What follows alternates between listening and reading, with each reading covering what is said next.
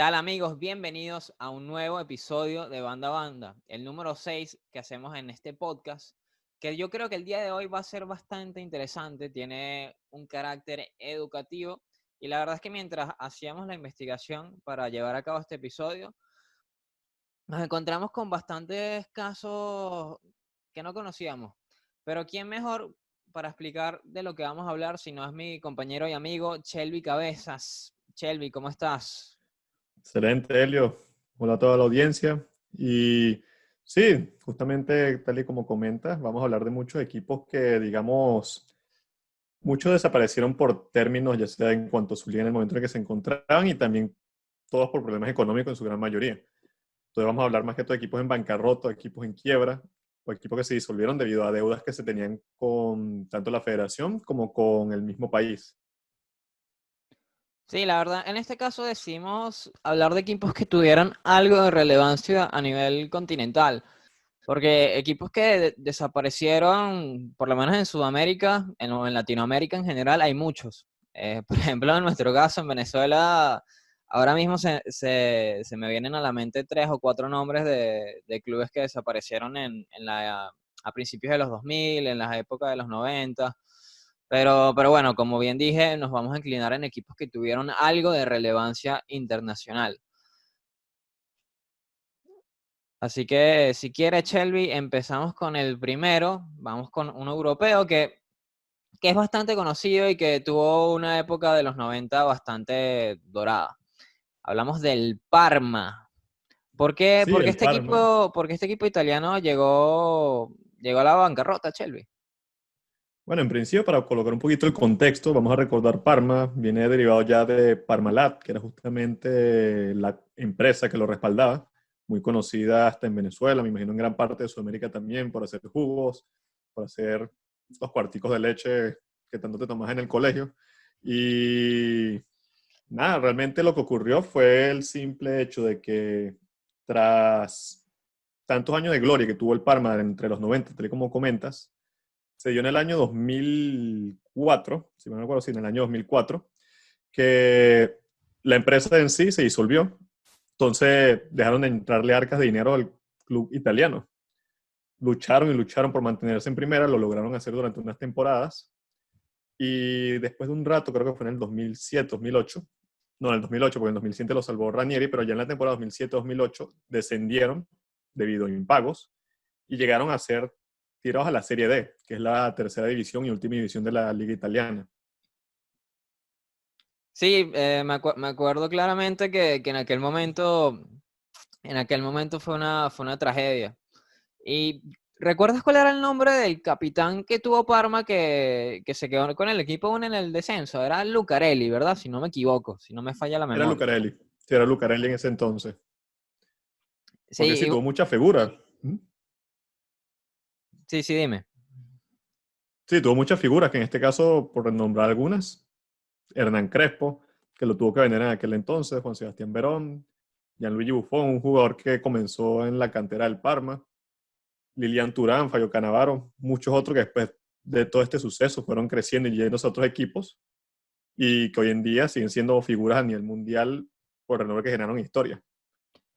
Sí, de hecho en internet es muy común ver fotos históricas como de recuerdos de la plantilla del Parma en los años que ganaron la Copa UEFA del 95 y del 99. Y a todos esos nombres que tú mencionaste también se suman los de Faustino Aspirilla, Claro. los de Gianfranco Sola. La verdad es que era un equipo compuesto por estrellas que capaz en ese momento no estaban tan consolidados, pero después a la postre en sus carreras demostraron ser realmente grandes jugadores. Sí, yo creo que más que todo, tal y como comentas, todos los títulos que hicieron, esas dos Copas UEFA, las tres Copas Italias, el subcampeonato que consiguieron con Carlo Ancelotti en el 2007, perdón, en el 97, discúlpeme. Y al fin y al cabo, todo lo que hicieron fue lo que les dio el renombre para ser las figuras que hoy fueron en día. Por ejemplo, Buffon comenzó allí siendo delantero y ya después con el tiempo dejó el puesto de arquero ya que un compañero de su equipo en la juvenil se lesionó y decidió ser arquero. De aquel entonces, menos mal que se lesionó esa persona. Si no, no tuviésemos lo que hoy en día es Buffon. Sí, yo creo que el puesto de los arqueros es bastante complicado porque como solo puede haber uno dentro de la cancha, hay que tener un poco de suerte a veces, yo pienso. Ujú. Pero bueno, ahora el Parma quedó de décimo en la última Serie A. Actualmente cuenta con figuras del renombre en mundial como el gran Gervinho, ex Arsenal, ex Lille y jugador de Costa de Marfil. Yo creo que Gervinho causa cierto furor en las redes sociales por, no sé, yo creo que un poco por su aspecto físico, su manera de correr y la verdad es que en algún momento sí demostró ser un buen jugador, para mí. Sí, a mí me gustó en su tiempo con Arsenal y como comentas, tal por su aspecto físico y su gran peinado.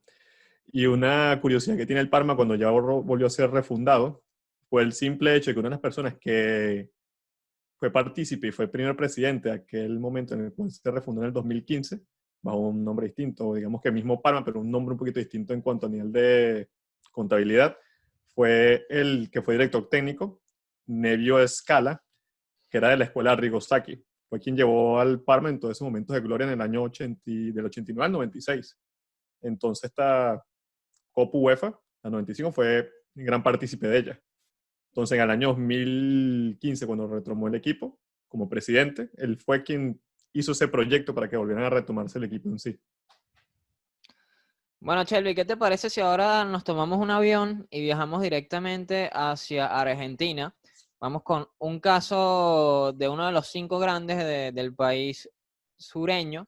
Hablamos de Racing de Avellaneda, que en 1999 el conjunto que juega en el cilindro atravesaba una crisis institucional bastante profunda. El presidente de aquel momento era Daniel Lalín y se dice que había una deuda de más de 60 millones de pesos distribuidos entre más de 100 acreedores.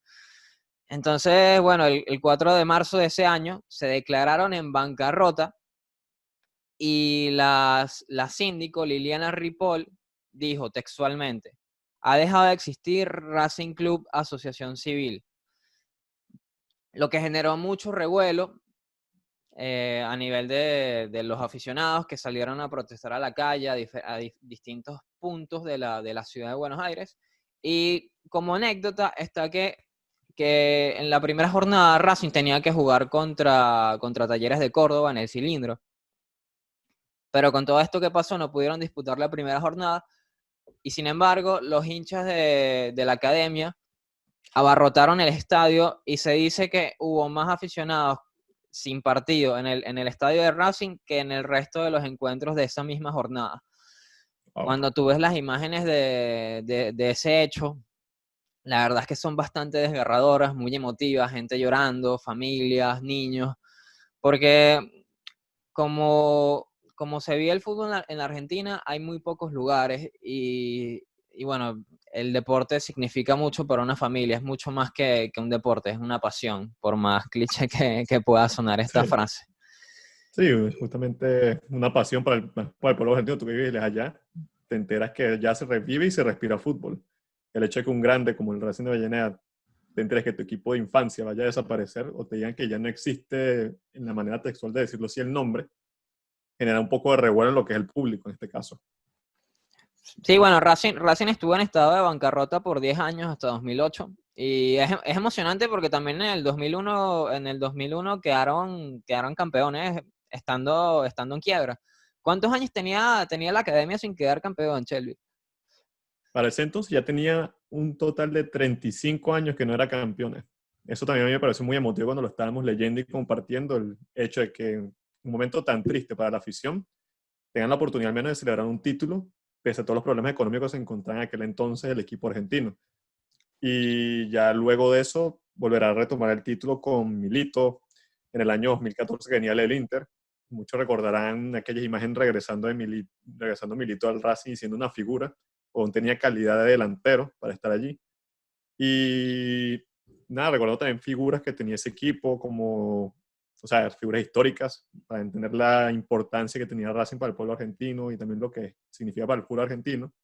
Figuras como Goicoechea, que pasaron por allí, Quique Wolves, Simeone, De Paul, el mismo Diego Milito, entre otras que ya tú recordarás también, Elio. Sí, bueno, en el año pasado, en el 2019, quedaron campeones también, comandados por Lisandro López, que con 36, 37 Dicha, años claro. fue el goleador del torneo. Bueno, Racing, la verdad es que después de ese hecho desafortunado de la quiebra, han tenido bastante cuidado a nivel económico y bueno, creo que aprendieron de los errores. El presidente de aquel momento, Lalín, quedó bastante apuntado y es algo que procuran pues no repetir. Sí, no, y son problemas que se dan en la administración deportiva de mucho equipo y que no solamente se dan en Sudamérica, sino que también se dan en Europa. Vamos a ir a tomar otro viaje nuevamente ahora a Europa, pero Ucrania, para recordar al impresionante Dnipro. ¿Qué me puedes contar de Dnipro, Elliot? ¿Te acuerdas de Bueno, aquella Europa League? yo realmente no sé si se pronuncia Dnipro o Nipro. La verdad es que tendríamos que traer a un ucraniano que nos corrija. No, muy Pero bueno, como complicado. no podemos resolver este misterio entre hispanohablantes, vamos a hablar un poco del conjunto ucraniano, que la verdad es que es bastante reciente, pero todos lo recordamos porque llegó a la final de Europa League del año 2015, aquella recordada final contra el Sevilla, donde el colombiano Carlos Vaca fue protagonista.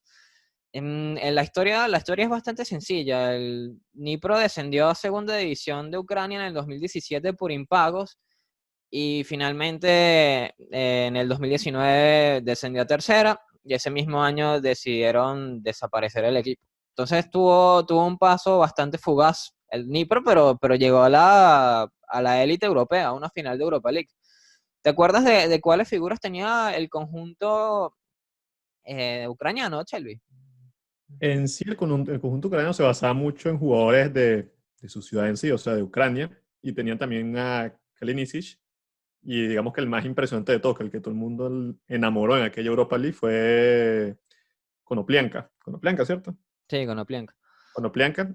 Y también eso agregarle, que agregar una pequeña incisión en cuanto a lo que hablaste, que le pasó al Dnipro algo muy parecido a lo que le ocurrió al Ansi, que fue que tenía un presidente que o sea, en principio apenas llegó quería inyectarle mucho dinero al equipo. Ya después durante unas temporadas decidió quitar parte de las arcas y fue cuando se dio el problema con Juan de Ramos y todo su staff que le quedó debiendo un montón de dinero y fue esta la razón por la cual el de Dnipro lo descendieron por fair play financiero, entre otras razones, a la última división de Ucrania. Ya después de esto siguieron los impagos, muchos otros problemas, y volvieron a caer en cuanto a la FIFA, en cuanto a la parte legal de la FIFA, y los descendieron ahora a una liga amateur. Luego de que descendieron a esta liga amateur, ellos decidieron que no querían jugarla. Esta es la razón por la cual el equipo desapareció en 2019. Sí, no sé, es extraño. La verdad es que como Ucrania está tan lejano de lo que nosotros solemos frecuentar, a veces solemos pasar por alto este tipo de aspectos. Sí, porque no son Pero equipos tampoco tan históricos. Uh-huh. sí, sí, sí. Pero bueno, ahora pasamos a un equipo estadounidense que ha sonado a lo largo de la historia por sus grandes fichajes, o por lo menos fichajes de jugadores muy, muy, muy recordados. Hablamos del New York Cosmos, aquel equipo al que llegó Pelé, Beckenbauer, entre otros, en la década de los 70. ¿Por qué se dio esta desaparición o esta quiebra del New York Cosmos, Shelby? No, realmente el caso de New York como sí es muy atípico con respecto a todos los demás, porque este sí fue más la liga, que es la National American League of Soccer, una liga que realmente poco nivel tiene. Y como tú comentas, llegó Pelé, lo trajo porque el New York Cosmos estaba respaldado por una empresa que es Warner Entertainment, que es Ujú. la que hace AT&T, la que hace Cartoon Network, Boomerang, todo ese tipo de negocios se encontraban en Nueva York, entonces eran los que le inyectan. Entonces, al momento que llegó Pelé, primero el presidente ni conocía quién era Pelé.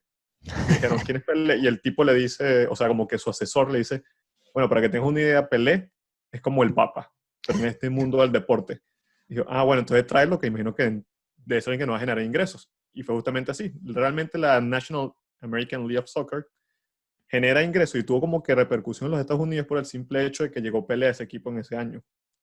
Y al mismo tiempo, cuando se fue Pelé, perdieron la audiencia, también el Cosmo perdió muchas acciones en la bolsa Esto fue lo que generó que la liga en sí estadounidense desapareciera con el tiempo, pese a que llegó Beckenbauer, intentaron hacerlo con Carlos Alberto, otras figuras en distintos equipos, pero fue Pele quien puso en el mapa tanto esa liga como al equipo.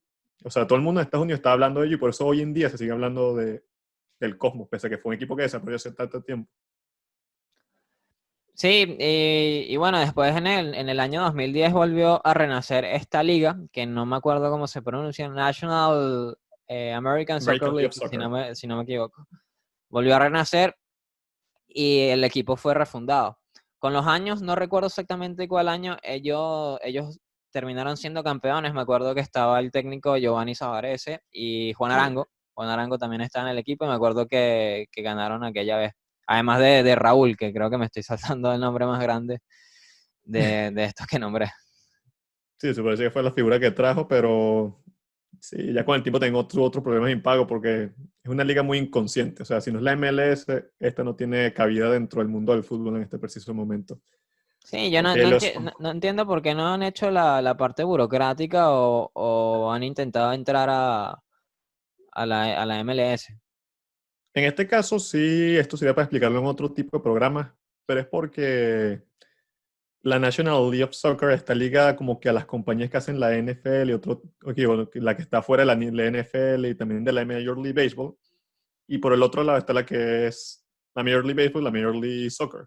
Son distintas franquicias, entonces son como una lucha de poder. Esa es una de las razones, pero eso sí algo para extender en otro caso. Porque Sí, las ligas estadounidenses son muy extrañas. O sea, muy distintas a los que son los demás. Ahora, sí. Elio, vámonos con el siguiente equipo de Europa que vendría siendo el Rangers. Un equipo que, realmente, en una liga de dos, pasó a desaparecer en este caso debido también a problemas que tuvo con el CBA. El CBA, para que tenga una idea, vendría siendo lo que es el impuesto de Gran Bretaña. Como no pagó la parte de los impuestos que el club, a lo que le debía a las arcas del Reino Unido, se generó un fair play financiero, en este caso contra la FIFA también, o sea, teniendo la FIFA contra el Rangers, lo que le fue generando que fuesen cayendo poco a poco y al no ser los pagos a tiempo, fueron descendidos a la última división de Escocia, haciendo que la Liga de Escocia quedara en una liga de uno, en este caso el Celtic. Ya estando en la última división, primero no se le permitió, en principio, que no tuviesen los mismos jugadores, porque están pasando de un nombre a otro. Era como que una distinta entidad, y en teoría el equipo no podía como que hacer fichajes. Luego se le permitió, pero ya muchos jugadores históricos decidieron que no querían seguir, o muchos de los que están allí decidieron no seguir. Se mantuvieron fue grandes nombres como Naismith, Bocanegra, que era capitán en ese club. Está también Alejandro Bedoya. El problema es que Escocia, o sea, tenía más nombres escoceses que nombres así grandes del mundo del fútbol. Fueron llegando poco a poco hasta que por fin en el año 2000, intentado recordar, 2016, 2017 la Sí, temporada retomaron y llegaron nuevamente a Primera División. sí, Ahora, ¿qué oye, te acuerdas tú de este Rangers? yo, bueno, recuerdo que esa rivalidad con Celtic era bastante disputada, más que todo por el origen de cada equipo, dado que uno es un equipo protestante y el otro es un equipo de creyentes católicos. Exacto. Entonces, bueno, hay un condimento que hace más emocionante esta rivalidad. Después recuerdo que llegaron a la final de la Copa UEFA del año 2008, donde cayeron derrotados con el Zenit de San Petersburgo. Y por alguna razón también me acuerdo de una eliminatoria que jugaron contra el Villarreal de Riquelme en Champions, el año que el submarino amarillo llegó a semifinales del torneo. Ahora, bueno, como bien dijiste, ya están desde hace 2, 3 o 4 temporadas en primera división, después de todo un viaje. Y actualmente están siendo dirigidos por nada más y nada menos que Steven Gerrard. Sí, Steven Gerrard, un histórico del fútbol inglés, que para agregar en cuanto a la parte de Gerrard, ahí sí, con él, fue que volvieron a ganar un derby frente al Celtic. Después, creo que desde el 2012 no habían ganado uno, que fue justamente el año en el cual descendieron. Ujú. Ya un equipo que está en aquel entonces, el Celtic estaba dirigido por Brendan Rodgers. Gerrard logró ganarle el partido, no me acuerdo el marcador, creo que fue 3-2 quizás, no estoy del todo seguro, pero que al menos le regresó, por decir así, el orgullo un equipo que está tan herido después de ese descenso, un equipo con muchos fanáticos, o sea, por darte un ejemplo de la importancia que tiene Rangers en Escocia, su primer partido en la última división de la Liga Escocesa contó con un total de 49.000 aficionados presentes en el estadio, que es un récord a nivel mundial en cuanto a ligas, o sea, en cuanto a ligas mayores de divisiones menores. Y esto te explica la importancia que tiene ese equipo para las personas que viven allá. Sí, bueno, como bien dijiste, es una liga de dos y no sé qué, qué tan fanáticos sean los escoceses con el tema del fútbol. No sé si es al mismo nivel que los ingleses. Yo creo que obviamente hay una devoción por el hecho de que todo nació allá, pero no sé si al mismo nivel. Así que bueno, en este caso es uno de los principales equipos de Escocia y qué bien que ya esté compitiendo al máximo nivel. Sí, totalmente. Ahora, Helios, vamos al último, que vendría siendo de Sudamérica también. Y de este me contaste una historia muy interesante. Estamos hablando del Colo-Colo, el cacique.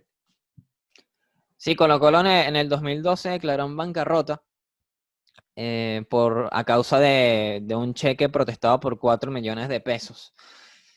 Ese equipo fue puesto a cargo de la justicia aquel año. Y es emocionante porque ese año quedaron campeones del torneo chileno, que si no me equivoco fue el clausura. No sé si hay algún chileno que nos esté viendo y nos pueda corregir esa parte. Pero que, terminando siendo campeones con 14 jugadores formados en la cantera. Y es uno de los títulos más emotivos en la historia del Cacique. Un equipo histórico, si no es el más grande de Chile, pega en el palo. Es el único equipo transandino con una Copa Libertadores, la que consiguieron en el año 91, y que ha sido el lugar donde han pasado grandes jugadores como el Mago Valdivia, como Alexis Sánchez, Arturo Vidal, Humberto Suazo, Matías Fernández y para de contar muchos más nombres.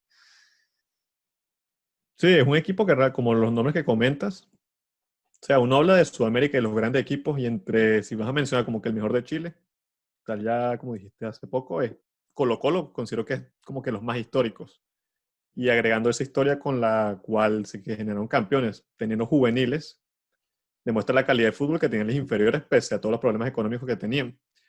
A esto agregarle que no sé si en esa inferior se encontraba justamente Claudio Bravo, quizás, y Gonzalo Fierro. Entonces tendría que chequearlo porque fue más o menos en ese año. Sí, creo que Gonzalo Fierro sí estaba.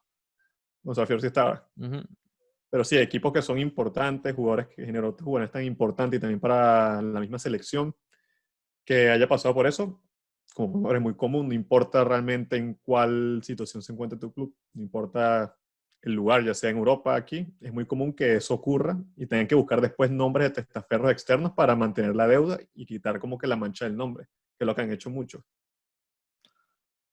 Bueno, Shelby, fue un recorrido bastante interesante, nos movimos bastante y en casos diferentes unos de otros, porque bueno, como bien hacemos siempre, buscamos contrastar lo que pasa en un continente y en otro.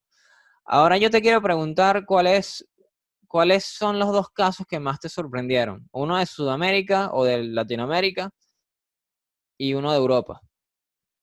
En primera instancia, el que más me sorprendió de Europa, más que todo por lo extraño que fue, voy a decir que fue el de Dnipro, por el simple hecho de que me parece que el presidente es un desastre, se demuestra que no entiende realmente lo que es el deporte, le importó muy poco el club y lo abandonó de una manera que hizo que llegara a una liga amateur y desapareciera.